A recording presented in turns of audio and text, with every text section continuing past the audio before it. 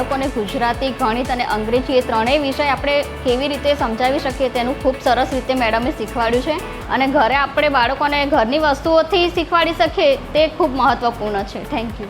કે બાળકને હોમવર્ક અલગ અલગ પદ્ધતિથી બધી વસ્તુઓ દેખાડીને કે કેમ કીધું કે ગ છે તો એના આટલા બધા શબ્દો બને છે, આપણે એ બાળકને બોલાવવાના.